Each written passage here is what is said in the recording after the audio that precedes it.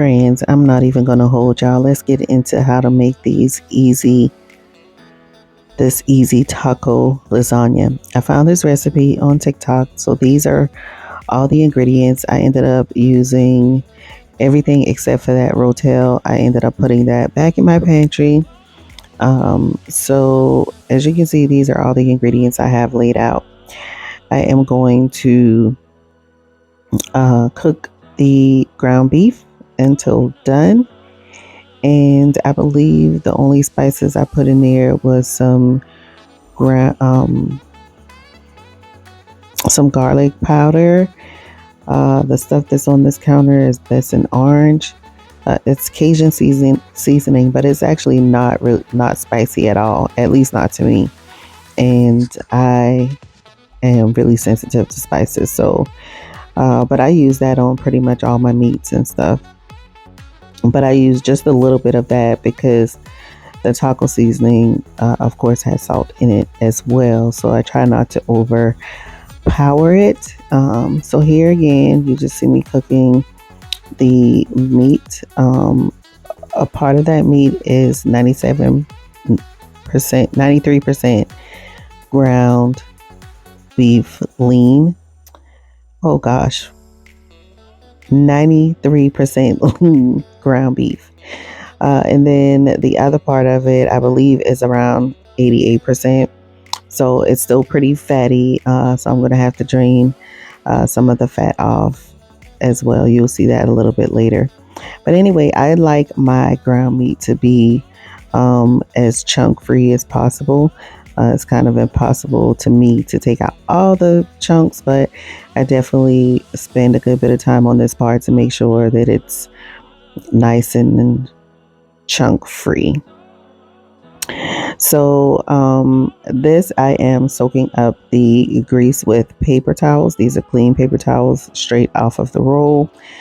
I actually saw the person do this on the video, and I was like, oh my gosh, I don't do this all the time, but I have done it before, especially when I have a pretty heavy pot that I'm using, and it's kind of hard for me to hold it with one hand to properly drain like I want to. So anyway, yes, that was definitely easy and mess free. You don't have all that grease running down the side of your pan. Anyway, that's done. I seasoned it with Taco Bell seasoning packets. I love that. Is for me one of the best seasoning packets, taco seasoning packets out there. It tastes really, really good. So I added that here, and then I realized that I forgot to add my onions and peppers. Here I'm just using what I have left over from a bag of frozen onions and peppers, and it had been sitting out for a while, so it wasn't completely frozen, but it wasn't completely thawed. So I just put it in there with the meat, and I covered it up with the meat to finish kind of thawing it out. As you will see here, I am cutting the tortillas in half, like the directions say. So this is and while I'm doing that, what you see me doing in the pan here is making the queso cheese sauce. And butter was in the pan. I put some heavy cream in there, and now I am just throwing some cheese in there. The recipe called for the Mexican blend, which I have here, but I did use the leftover of what I had of Kobe Jack. And here you'll just see me arranging the tortillas in a layer on the bottom while I am still working on the cheese sauce. So you just stir the cheese in there, and you kind of just whisk it around until it's nice and consistent. And when that is ready, you are actually ready to assemble the lasagna. Air quotes lasagna, because of course this is without pasta, but we are using tortillas, and that's why it's called taco lasagna.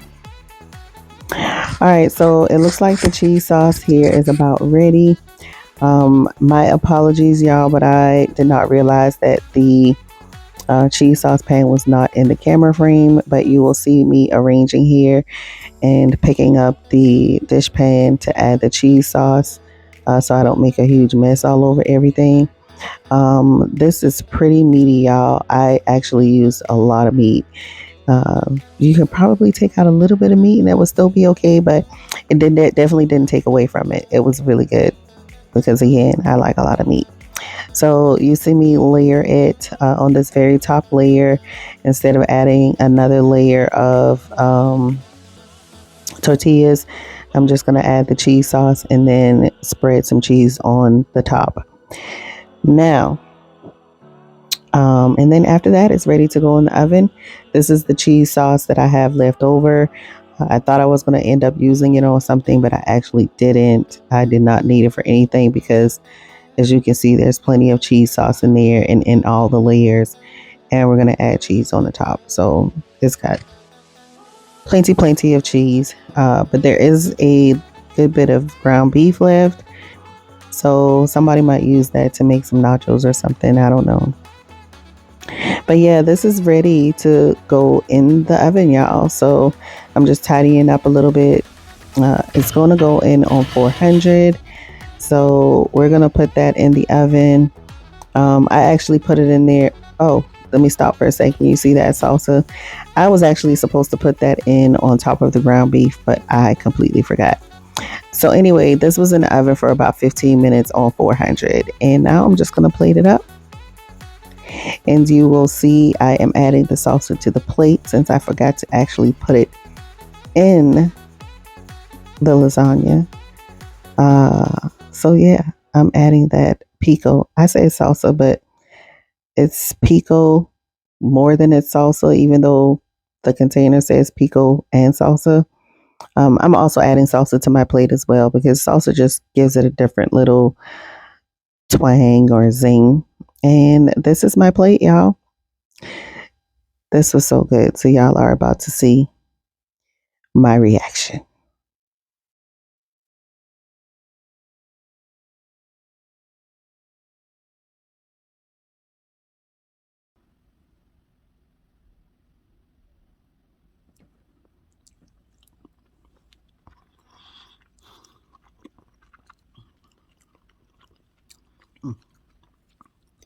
Y'all, check this out.